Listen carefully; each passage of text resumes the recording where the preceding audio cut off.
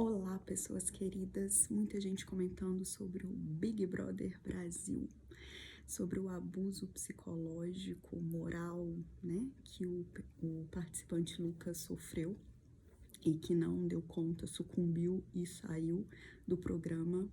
E aí eu acho que é um bom momento para fazermos uma reflexão, porque o programa nada mais é do que um recorte da sociedade. E a minha pergunta é: se você estivesse dentro da casa, qual seria a sua postura frente a uma situação de abuso, frente a uma situação de humilhação, frente a uma situação de exclusão de um ser humano, independente dos comportamentos que ele tenha? É muito fácil, quando nós estamos de fora, nós vermos uma situação e nos posicionarmos, né, frente a ela, colocando a nossa insatisfação, apontando os nossos julgamentos, e isso é muito coerente, muito natural, e é bom que seja assim. Mas, ao mesmo tempo, é importante nós pensarmos, nós refletirmos sobre as situações que nós vivemos no coletivo todos os dias e não nos damos conta. Uma das coisas que aconteceu ali naquela casa e que acontece, e que isso faz parte do ser humano, né? Chama-se efeito manada. O que é o efeito manada? É quando um grupo de pessoas segue de forma irracional, de formas muitas vezes irrefletida, uma pessoa que se mostra influente, que tem uma capacidade de persuasão maior, porque aquela situação, seguir aquela pessoa pode gerar benefícios ou pode ser por algum motivo confortável. É importante pensar que o efeito manada, muitas vezes, ele é causado pela visualização de alguém que está indo por um caminho e aí todos começam a seguir aquela pessoa sem nem saber para onde que ela está indo, né? E aí foi uma das coisas que aconteceu naquela casa, né? Todos começaram a seguir determinado participante em detrimento do que eles próprios, né, pensavam, sentiam, os valores que possuíam, né? Por quê? Porque é fundamental para o ser humano fazer parte de um grupo.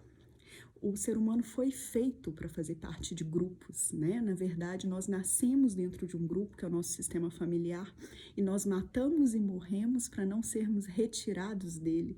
E quando nós saímos dele, quando nós nos afastamos dele, nós nos sentimos desprotegidos, desamparados e culpados. E ali, dentro do programa, se estabelece um grupo, né?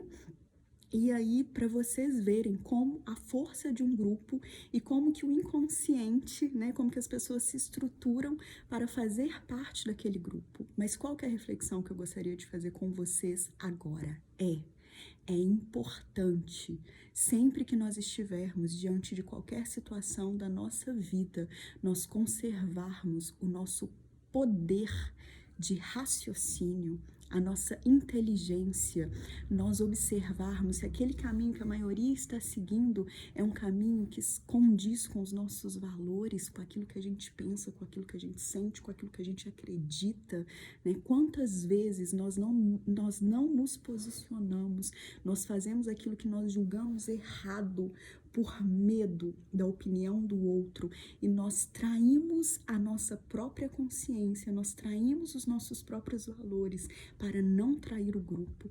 Tem uma frase que eu digo muito aos meus clientes, e é dentro de um contexto que eu gostaria de dizer aqui também: é necessário trair para evoluir. Trair o quê?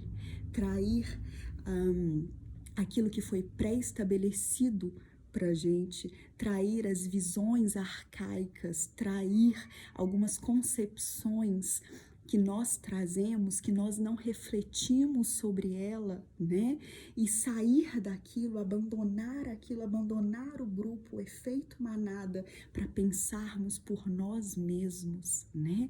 Se você estivesse dentro dessa casa, em qual lugar você estaria? Junto com todos que excluem, ou aquele que poderia pensar diferente, lutar por suas opiniões e acolher aquela pessoa que está passando por uma situação de injustiça, de menosprezo e, mais do que isso, né, de desumanização, né?